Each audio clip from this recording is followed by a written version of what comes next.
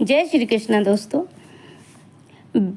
मोहिनी एकादशी व्रत कथा। बैसाख के शुक्ल पक्ष की इस मोहिनी एकादशी को भगवान के पुरुषोत्तम रूप की पूजा का विधान है। भगवान की प्रतिमा को स्नान आदि करा, उत्तम वस्त्र पहना, उच्चासन पर बैठा आरती उतारनी चाहिए, मीठे फलों का भोग लगाना चाहिए। तत्पश्चात प्रसाद वितरण कर ब्राह्मणों को भोजन तथा दान दक्षिणा देनी चाहिए।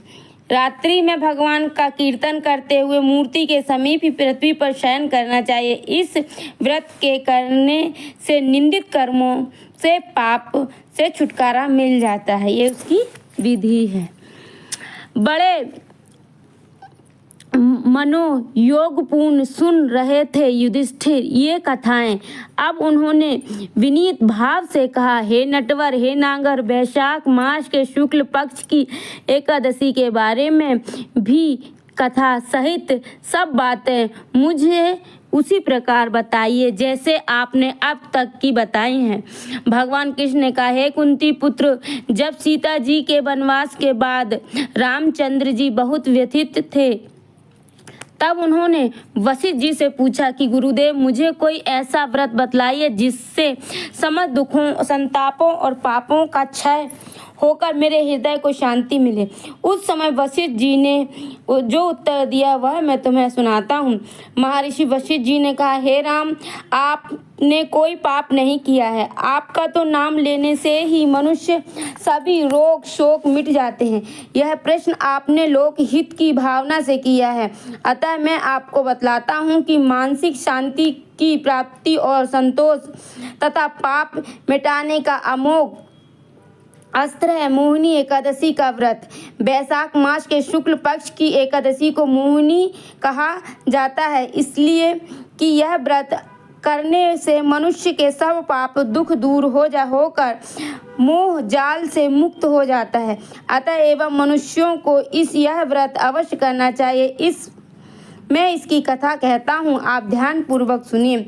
सरस्वती नदी के किनारे बसी हुई सुंदर और प्रसन्न नगरी भद्रावती में ध्रुतिमान नाम का एक चंद्रवंशी राजा राज्य करता था। इसी नगर में धन धान्य से परिपूर्ण धनपाल नामक एक वैश्य भी रहा करता था। वह वैश्य अत्यंत धर्मात्मा और विष्णु भक्त था। उसने नगर में अनेकों भोजनालय, प्याऊ, कुएं, तालाब और धर्मशाला आदि बनवाए। सड़कों के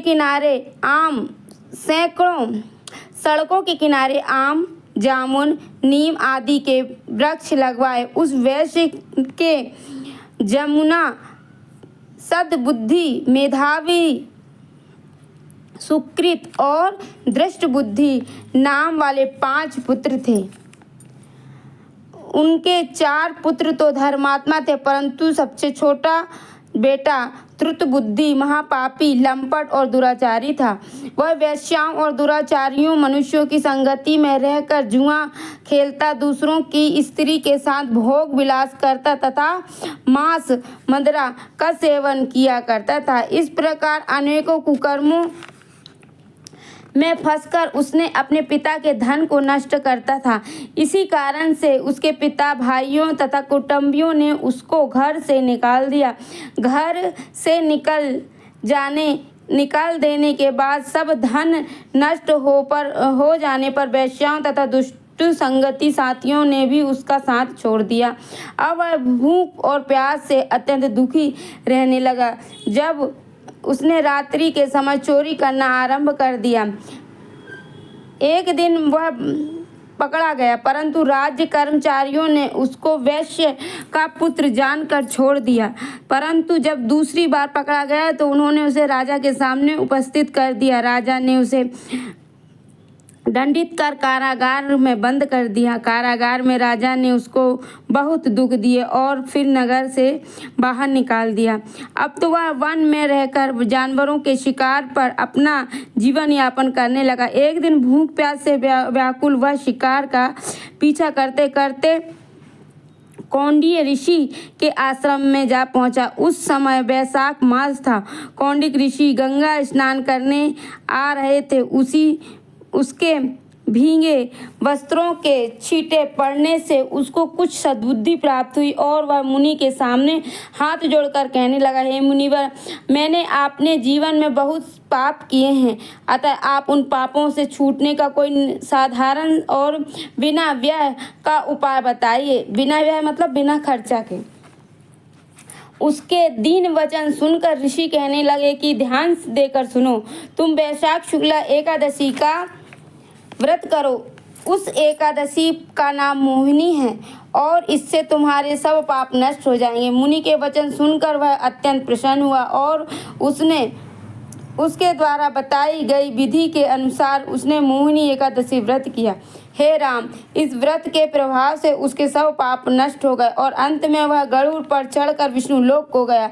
इस व्रत से मोह आदि सब नष्ट हो जाते हैं, अतः संसार में इस व्रत से श्रेष्ठ अन्य कोई व्रत नहीं है। इसके महत्व को पढ़ने व सुनने से 1000 गोदान का फल प्राप्त होता है। बोलो श्री हरि नारायण विष्णु भगवान की जय, माता लक्ष्मी की जय, राधा रमन लाल की जय, बाल गोपाल कृष्ण की जय, शालिग्राम तुलसी मैया की जय। नमस्कार।